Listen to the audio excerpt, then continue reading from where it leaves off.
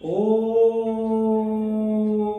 नमः सिद्धिभ्यां मङ्गलं भगवान् वीरो मङ्गलं गौतमोगणे मङ्गलं कुन्दिकुन्द्यार्यो जीनिधरिमोऽस्तु मङ्गलं सर्वमङ्गलमाङ्गल्यं सर्वकल्याणकारिकम् प्रधानं सर्वधर्माणां जैनं जयतु शास्त्रिनं जैनं जयतु शास्त्रिनं जैनं जयतु शास्त्रिनं।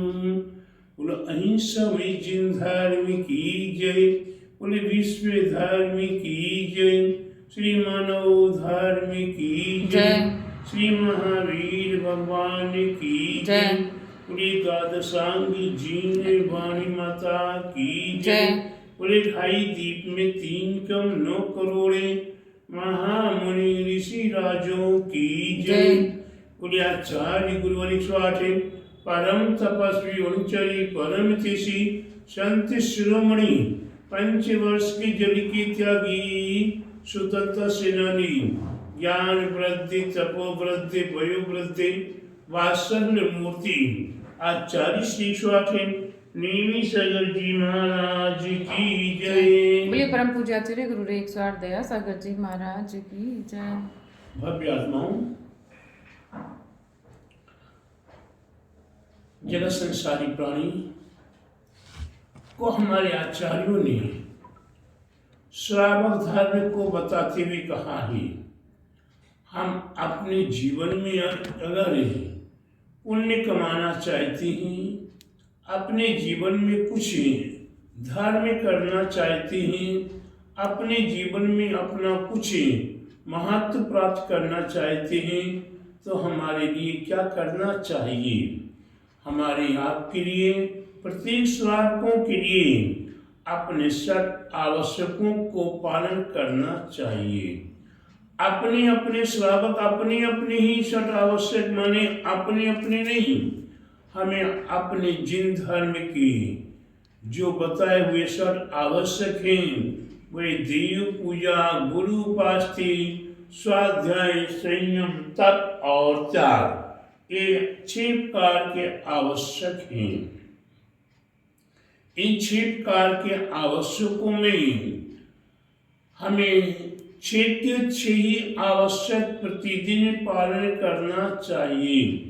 अगर हमने अपने आवश्यकों पर ध्यान नहीं दिया तो प्यारे बंधु हमने अपना अनावश्यक कर लिया, हमने अपना पतन कर लिया, अपने जीवन का उत्थान रोक दिया।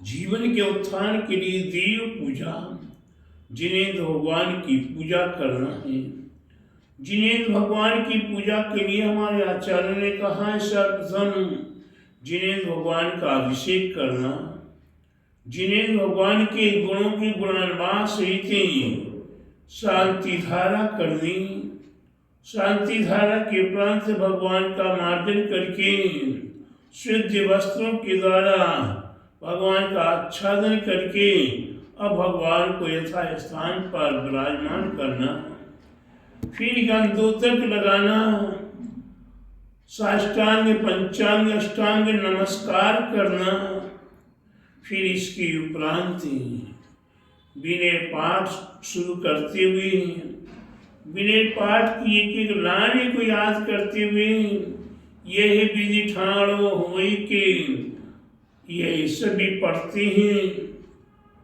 और यह विनय पाठ पढ़ने के लिए कहा, तो अगर हम विनय पाठ पढ़ते हुए भी लापरवाही कर रहे हैं, यहाँ वहाँ भटक रहे हैं, तो विनय गुण हमारा समाप्त हो जाएगा।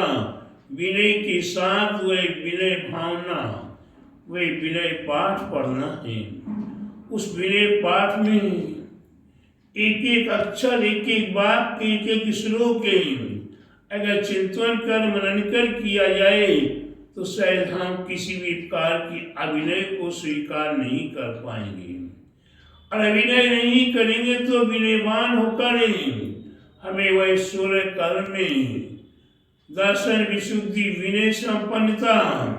दूसरी भावनाएं विनय संपन्नता गुण हमारे पास प्राप्त हो जाएगा और हम अपने जीवन में विनय भाव करते हुए, विनय भावना करते हुए, पंच नमस्कार महामंत्रों का स्मरण करते हुए हम देवसाज गुरु की पूजा, समुच्चय पूजा, नवग्रह पूजा या नवदेवता पूजा करने का भाव करते हैं।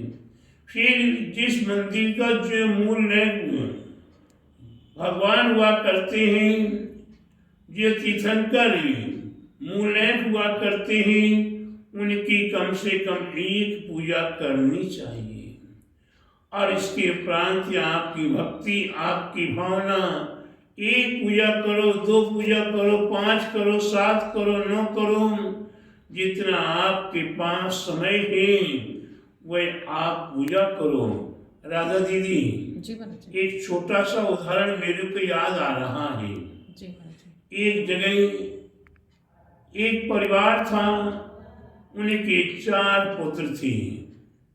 धीरे धीरे चारों पुत्रों की शादी कर दी। चारों पुत्र बड़े मेल बांट के रहते थे। पिता चारों को बराबर से प्यार प्रेम देते थे। जब चारों की शादी हो जाती है तो समझिए क्या होता है। ये बड़ी बहू है, वह बड़ी बहू विचार करती कि मेरे पतिदेव सुबह से लेकर शाम तक और शाम से लेकर सुबह तक मेहनत किया करते हैं और हमारे पतिदेव कब तक मेहनत करेंगे। ऐसा विचार करते करते वह अपने पतिदेव को सलाह देती है कि आप कब तक काम करेंगे, कब तक मेहनत करेंगे।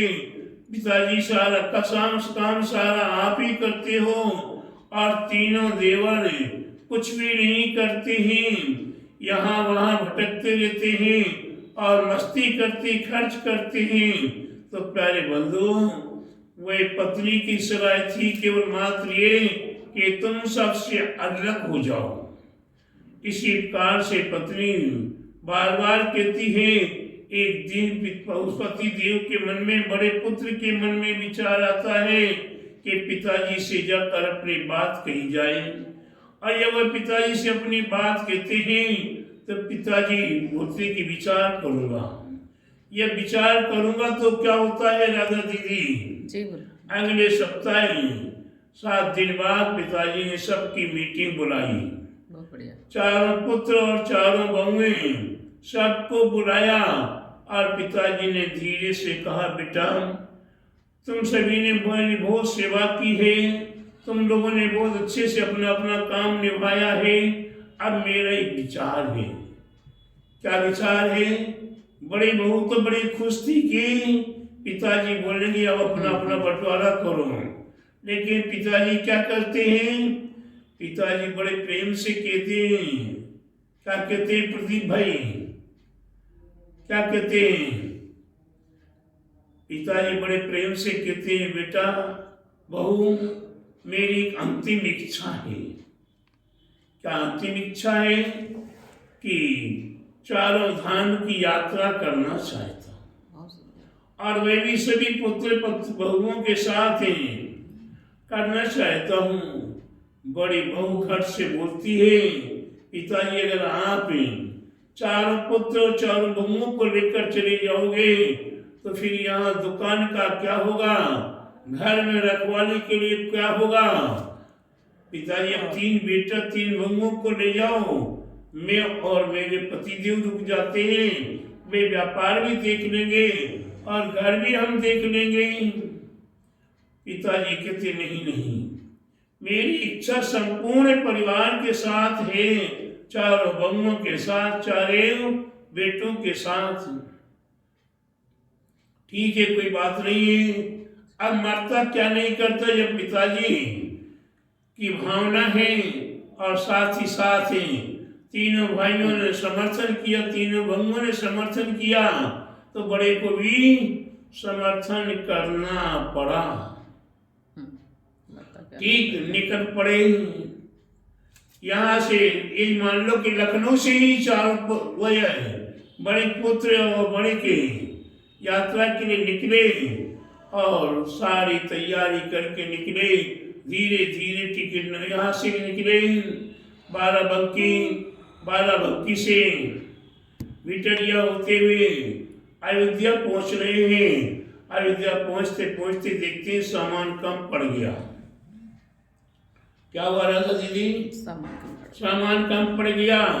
पिताजी ने 50,000 रुपया दिए और बड़े पुत्र को बुलाया कि बेटा ये सामान का पर्चा और ये पैसा लेकर जाओ, ये सामान चाहिए।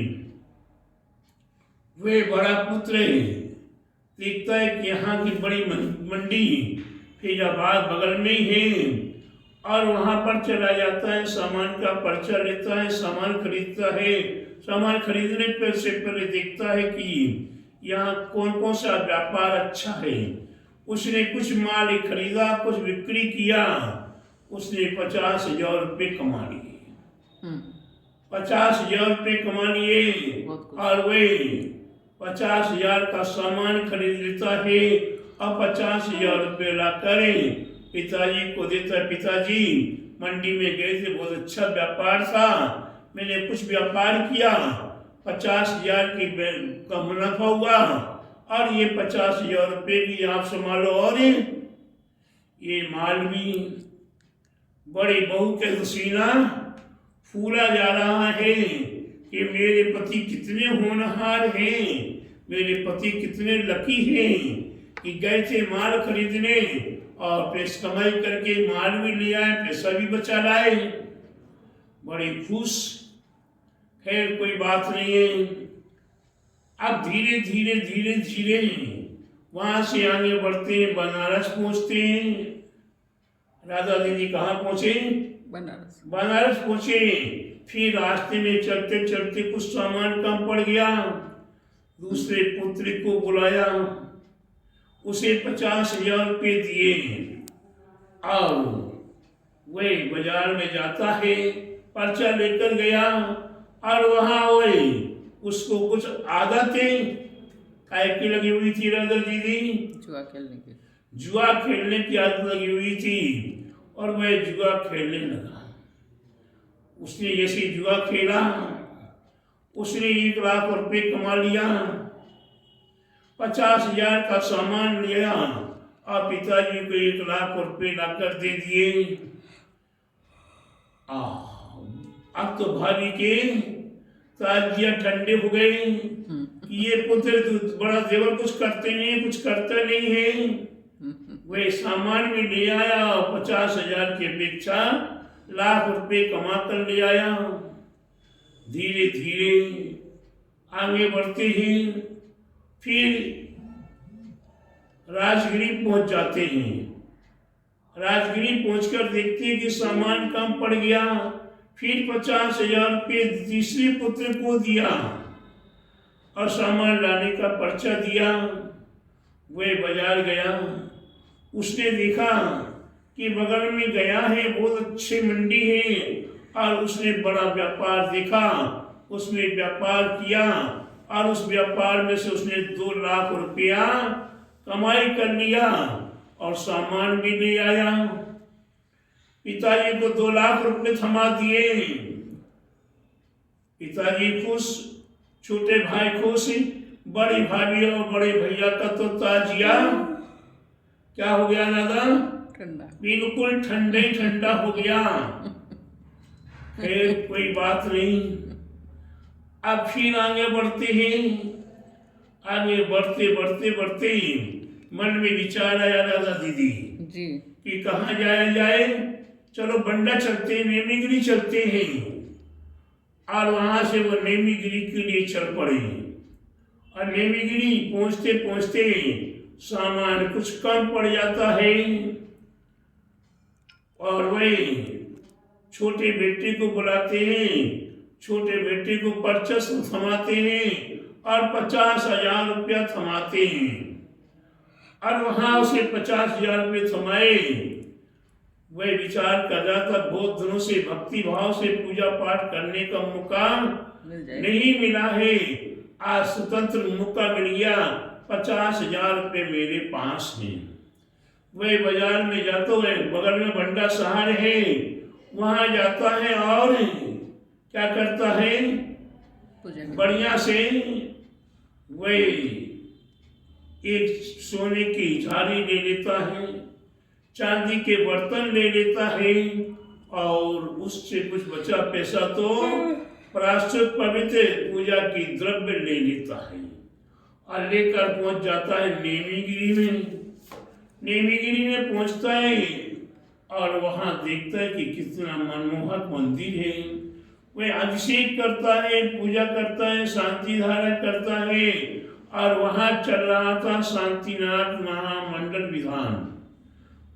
वह सारी वंदना करता, चौबीसी की वंदना करता है, त्रिकाल चौबीसी की वंदना करता है, विदेश क्षेत्र के विद्वान बीती धनकुलों की वंदना करता है, नवग्रह जिनालय की वंदना करता है, 30-24 के महाजिनालय की वंदना करता है और शांतिनाथ विधान में सम्मिलित हो जाता है। ऐसी शांतिनाथ विधान में वह सम्मिलित हो गया। शांतिनाथ महामंडल विधान भक्ति भाव से चल रहा था। वह भाव विभोर होकर शांतिनाथ महामंडल विधान कर रहा है। बहुत बढ़िया। यहाँ विधान कर रहा है और यहाँ क्या घटता है, पिताजी इंतजार कर रहे कि अभी तक बेटा आया नहीं, बहुत देर हो गई, बहुत देर हो गई, बहुत देर हो गई।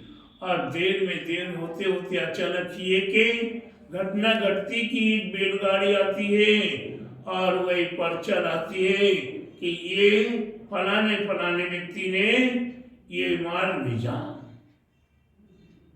फिर दूसरी गाड़ी, फिर तीसरी गाड़ी, फिर चौथी गाड़ी, पांचवी गाड़ी, एक गाड़ी, दो गाड़ी, 4 गाड़ी, 5 गाड़ी, 10 गाड़ी, 50 गाड़ी, 100 गाड़ी, चारों ओर से कोई गेहूं की गाड़ी, कोई चने की गाड़ी, कोई दाल की गाड़ी, कोई चीनी की गाड़ी, कोई गुड़ की गाड़ी, आदि आदि माल भरा हुआ है। पिताजी परेशान हो रहे हैं। क्या हो रहे दादा दीदी? परेशान हो पिताजी परेशान हो रहे हैं कि इतना माल कैसे संभाला जाए, इतना माल कहाँ रखा जाए और इतने माल का पेमेंट कहाँ से देंगे हम। अंतिम यात्रा मेरी चल रही है, पेमेंट भी मेरे पास नहीं है, लेकिन इतना माल बेटे ने खरीदा। वह कभी बाजार तो गया नहीं था, वह काम तो करता नहीं था, अचानक ही उसे हमने एक काम सौंप दिया, उसने तो वो पूरा खरीद लिया जहाँ बाजार में गया और खरीद के भेज दिया।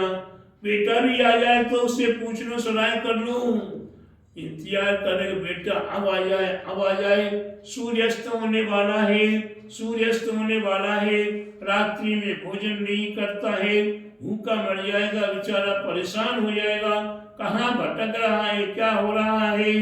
ऐसा विचार करते करते अचानक ही वे पुत्र धोती दुपट्टा पहने हुए, बढ़िया सा माथे पे टीका लगा हुआ है, सिर पे मुकुट बंधा हुआ है, गले में बढ़िया माला पहने हुए है और चला आ रहा है। पिताजी देखते हैं कि वहां बेटा आजा आजा आजा, जल्दी गले मिलते हैं। बेटा कहाँ भटक गया था, कहाँ से ये मुकुट माला, ये कपड़े? बोले पिताजी वहां नेमीगिरी बहुत सुंदर क्षेत्र था, नेमीगिरी क्षेत्र में पहुंच गया, अभिषेक किया, शांति धारा की, पूजा की, सारे मंदिरों की मूर्तियों की वंदना की और वंदना करने के उपरांत शांतिनाथ मंडल विधान हो रहा था। उन लोगों ने अचानक ही मेरे को परदेशी देखा, सेठ जी जैसा देखा, उन लोगों ने मेरा सम्मान किया, मुकुट पहनाया, माला पहनाया और मेरी भावना वहां हो गई कि मूर्तियां विराजमान होनी, समोसन मंदिर बन रहा है, चर्चा हुई, एक मूर्ति की स्वीकृति भी हमने दे दी 1,55,000 की। मेरे पास कुल 50,000 थे, फिर भी 1,55,000 की मूर्ति की स्वीकृति भी दे दी। उन लोगों ने बड़े प्रेम से मेरा सम्मान किया और वहां भोजन हो रहा था तो भोजन भी कराया। वे कपड़े उतार के अनंत बोले नहीं नहीं नहीं, कपड़े आप ले जाओ, आप इन कपड़ों को पहनकर ये पोशाक को पहनकर हमेशा पूजा करना। ऐसा उन लोगों ने सम्मान से हमें विदा किया। बेटा ये तो तुमने सब कुछ किया, लेकिन ये माल तुम्हारे नाम से आया हुआ है। ये सब गाड़ी वालों से पूछो भाई, बोले आप ही ने तो भेजा, आप ही ने तो भेजा। पेमेंट बोला आपने पेमेंट पूरा कर दिया है। चारों ओर पेमेंट भी हुआ, इतना माल भी हो गया, कहाँ से हो गया? तो प्यारे बंधु ये धार्मिक का प्रभाव है। काय का प्रभाव है? ये धर्म का प्रभाव है। जिन्होंने पूजा में भाव लगाए, भक्ति से भाव लगाए और भक्ति से समर्पण किया, तो प्यारे बंधुओं आज उस भक्ति के प्रति वहां के देवी देवता प्रसन्न होकर और उसकी इच्छा की पूर्ति करने के लिए चले गए।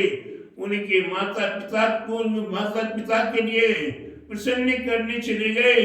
और परिवार में ये विघटन हो रहा था, राजा दीदी, परिवार में जो विघटन हो रहा था कि छोटा बेटा कुछ करता नहीं, अरे धर्म करने से ये सारे कार्य अपने आप आगे से आगे हुआ करते हैं। हम करते हुए दिखाई देते, लेकिन करने वाला और कोई हुआ करता है। तो प्यारे बंधु उस पुत्री ने तो भगवान की पूजा किया, पाठ किया, वंदना किया, विधान किया।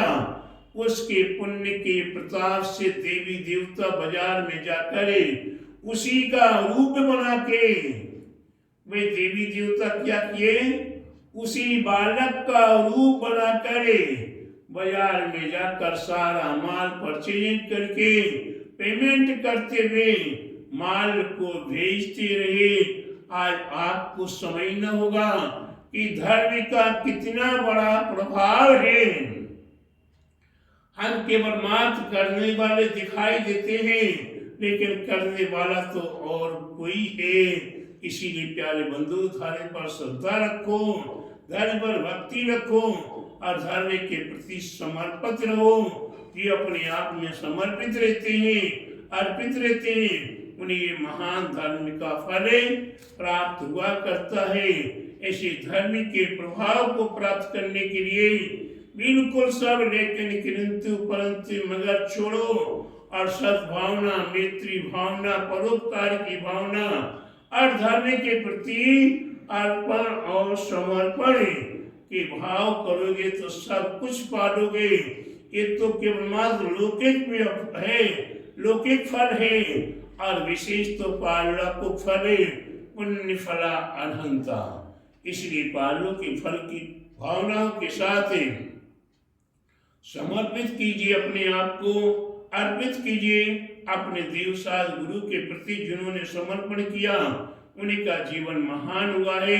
उन्हें महावीर भगवान की जय, उन्हें दादासांग जैन वाणी माता की जय। बोले ढाई दीप में 3 कम 9 करोड़े महामुनि ऋषि राजों की जय। बोले दादासांग जैन वाणी माता की जय। बोले आचार्य गुरु 108 परम तपस्वी पंचरी परमतिशी संत शिरोमणि 5 वर्ष के जल के त्यागी स्वतंत्र सेनानी ज्ञान वृद्धि तपो वृद्धि वयु वृद्धि वात्सल्य मूर्ति आचार्य की स्वाटे नेमी सागर जी महाराज की जय। बुंदेलखंड के प्रथम आचार्य, पूर्वांचल के बावली अवध के श्री तीर्थ क्षेत्र नेमीगिरी प्रणेता परम पूज्याचार्य श्री 108 दया सागर जी महाराज की जय। नमोस्तुते। सभी भव्य आत्माओं को मंगल आशीर्वाद।